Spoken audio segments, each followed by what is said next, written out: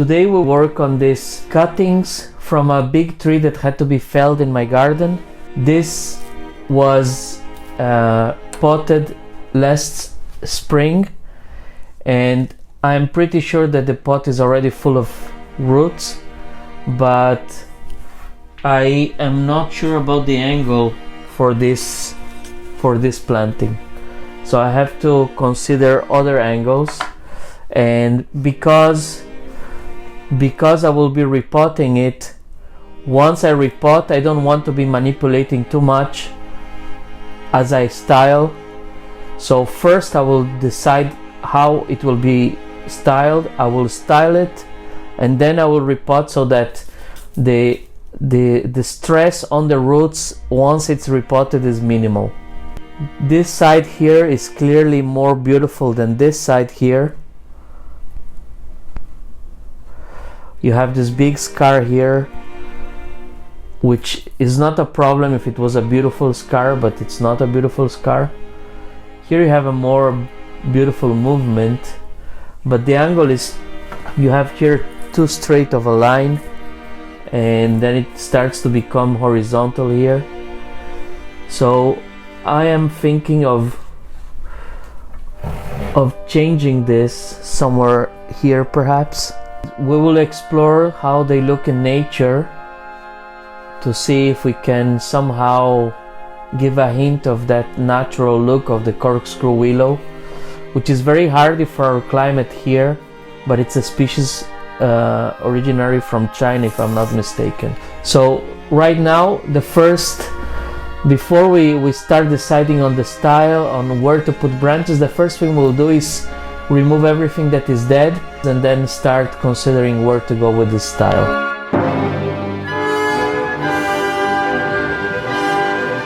The next step in the process, after removing everything that is visibly dead, will be to select branches that I don't want. In many cases we have two branches coming out from the same place, so we have to choose one. So I'll be removing all these structural flaws that are obvious, and only then I will start looking into the style. I have in this area here a clear line that appears to delineate the dead part of this branch. For now I will leave it like this. I will not touch it, and we will see how it evolves during the season.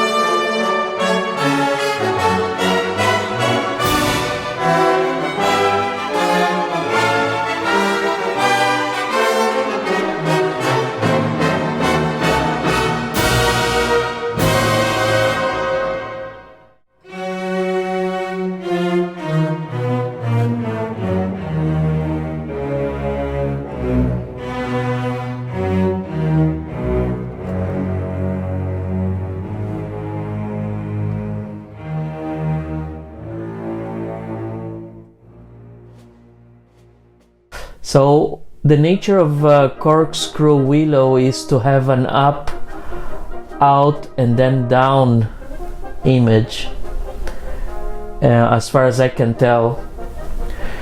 I want to keep the corkscrew and the twisty nature of the branches as I go. So I was very mindful when I wire one to not cover existing buds that are the positions where new leaves will come up in the spring, and two, to not straighten the branches. So I was really putting all the pressure on the wire rather than allowing some of the pressure to go on the branch. Sometimes when you wire, and for example you need to twist a branch, you can already exert pressure on the branch so you go twisting it as you go. But in this case I didn't want to lose the original nature characteristic of the branches. Now let's start setting the branches. First of all, this branch here will move a little bit to this side, but not too much to show this end, but I don't want it to compete with this other branch here. So let's do that.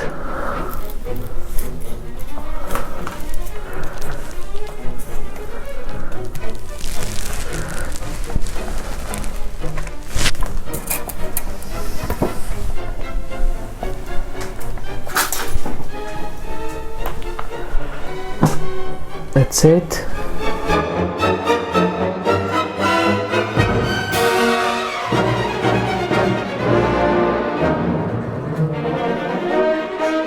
When bending the branches here, I'm trying to accentuate the bends that are already there.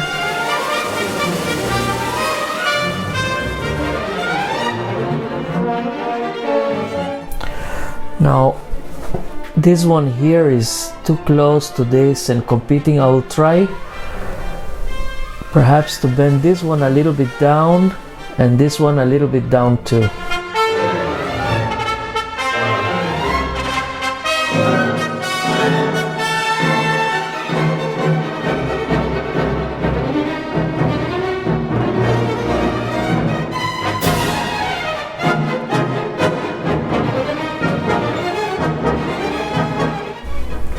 The silhouette really is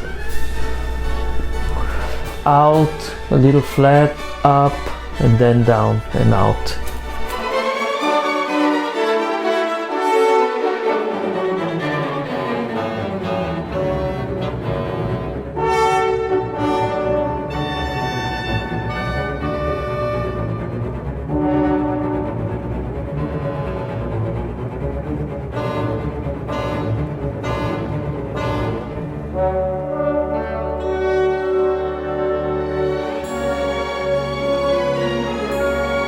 This is the second corkscrew willow, and this one here I'm happy with the angle. I will only later on scrub out a little bit of the surface to try to uncover some of the roots if I find something interesting. The exercise will be the same, removing everything that's dead, then removing everything that is growing in the same position and needs to be removed. I'll remove this sucker, I guess. Yeah, I will. It's too low down here. It's not a sucker, but it's just at the soil level. And then I will wire and set the branches in position.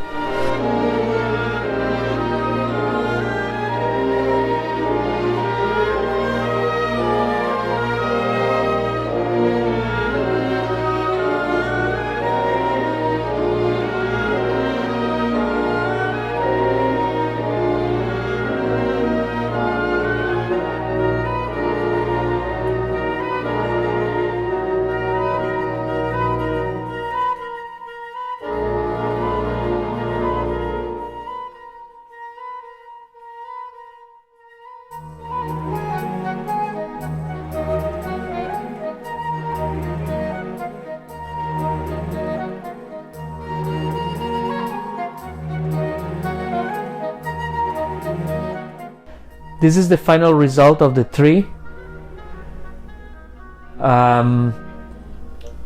Here I have an apex of sorts, it will develop, but I have this twisty up, out and down nature in most of the branches, in all of the branches actually. And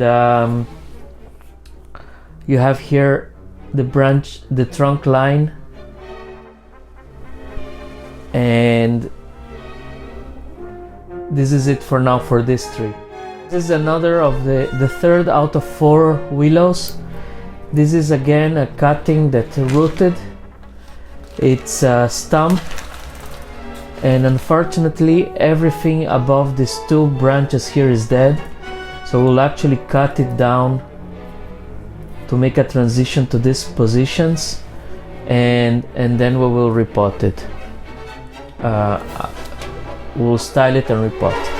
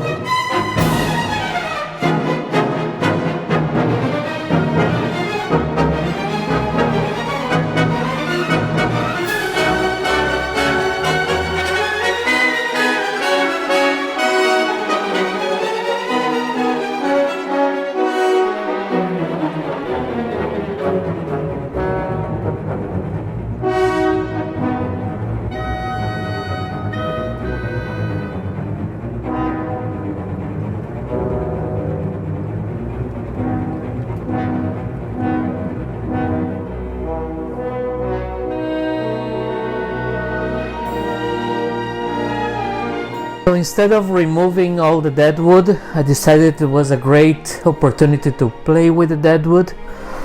I sort of made a rough deadwood work here. It's not final, but it's quite interesting, I think. It's sort of a spiral. It's not supposed to look natural, it's supposed to look artistic. And the top of the spiral here, it's actually floating in the air. It's connected with two pieces of wire, and it's a happy accident because it actually broke as I was doing it, but then I decided why not. So now we will style the branches and then we'll repot this tree, and I chose this spot here that should be fine for the root system and for the size of the trunk, and I think it's going to look quite nice.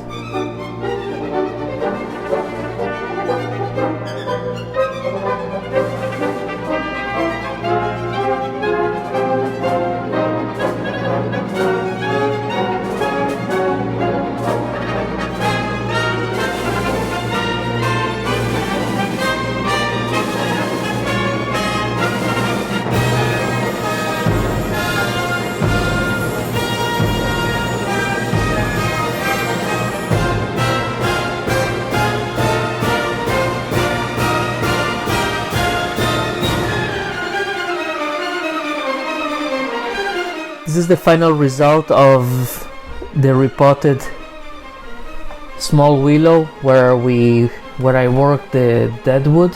The deadwood was sealed with a concrete sealer, and this one is a wet look, and there is a bit on the top which is floating there and attached with copper wires.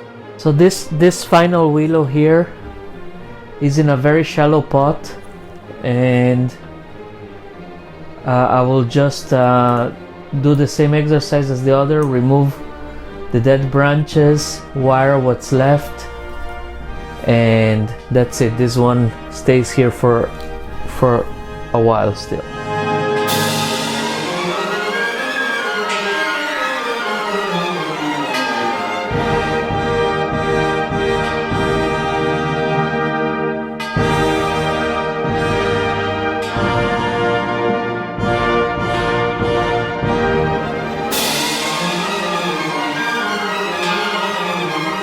The final result.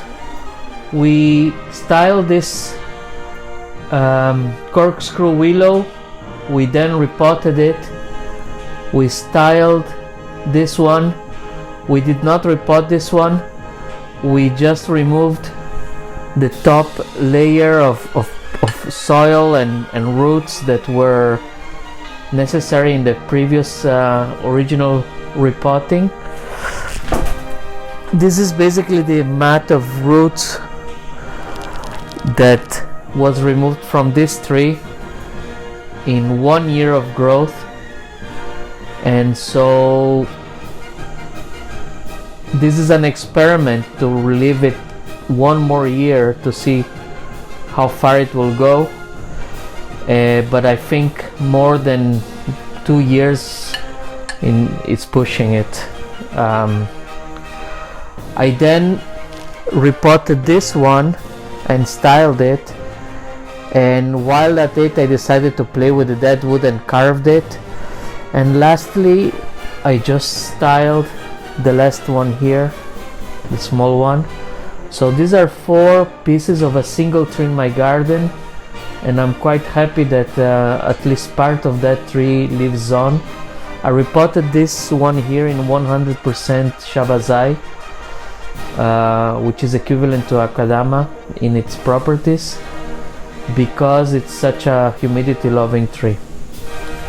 Now we'll let them grow. We will put them in a heat mat so they recover. So this is for now. Thank you for watching, and until the next one, bye bye.